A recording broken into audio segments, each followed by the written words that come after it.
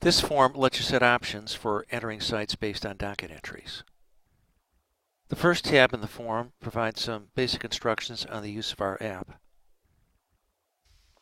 The second tab is used to set a connection between your current document and a sheet of docket entries. Here we go to the Pacer website, where we query for a sheet of docket entries in a given case.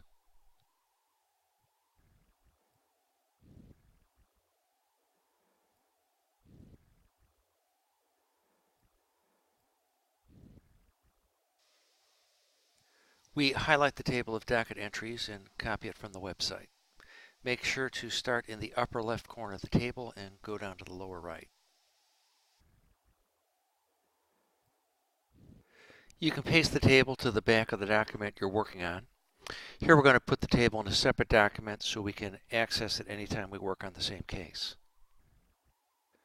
Make sure to save the document containing the table to disk and then leave it open for now.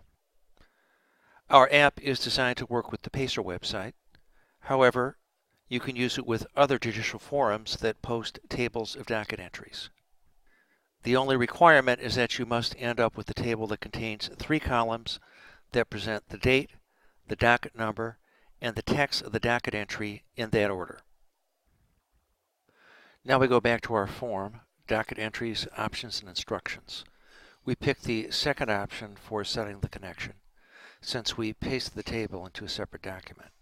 Now we see a list of the open documents with tables that have the basic structure we're looking for. In this case, there's just one of those, so we double-click it.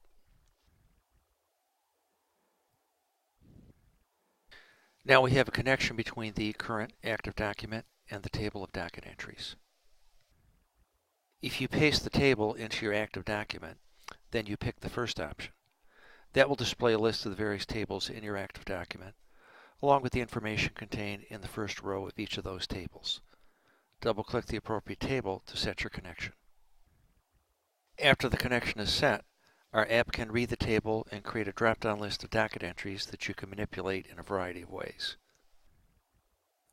Finally, the third tab on this form gives you some flexibility in the formatting of the citations that you enter. You can change the form of the existing pinpoint references. You can change the abbreviation for docket entry if you don't like the way we've done it. If you don't want to enter the cites as hyperlinks, you can turn that feature off.